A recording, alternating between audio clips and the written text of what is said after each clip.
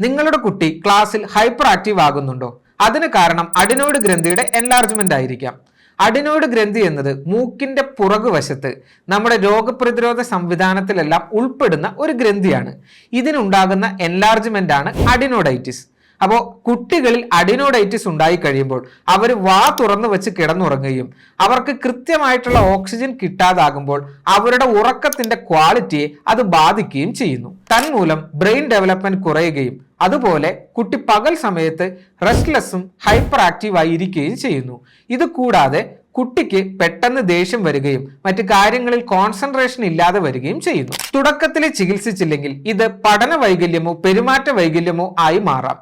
അതുകൊണ്ട് തന്നെ മേൽപ്പറഞ്ഞ ലക്ഷണങ്ങൾ കുട്ടികളിൽ കാണിക്കുന്നുണ്ടെങ്കിൽ അഡിനോഡൈറ്റിസ് ആണോ എന്ന് ചെക്ക് ചെയ്യുന്നത് നന്നായിരിക്കും. ഹെർബലി ടച്ച് ആയുർവേദ ഹോസ്പിറ്റലിൽ ഇത്തരം പ്രശ്നങ്ങൾക്കും മൗത്ത് ബ്രീത്തിങ്ങിനും അഡിനോയിഡ് എൻലാർജ്മെന്റിനും വളരെ ഫലപ്രദമായ ചികിത്സകൾ ലഭ്യമാണ്. ചെങ്ങന്നൂർ ഹെർബലി ടച്ച് ആയുർവേദ ഹോസ്പിറ്റലിൽ ഞായർ തിങ്കൾ ദിവസങ്ങളിൽ സ്പെഷ്യൽ അലർജി ക്ലിനിക്കും അവൈലബിൾ ആണ്.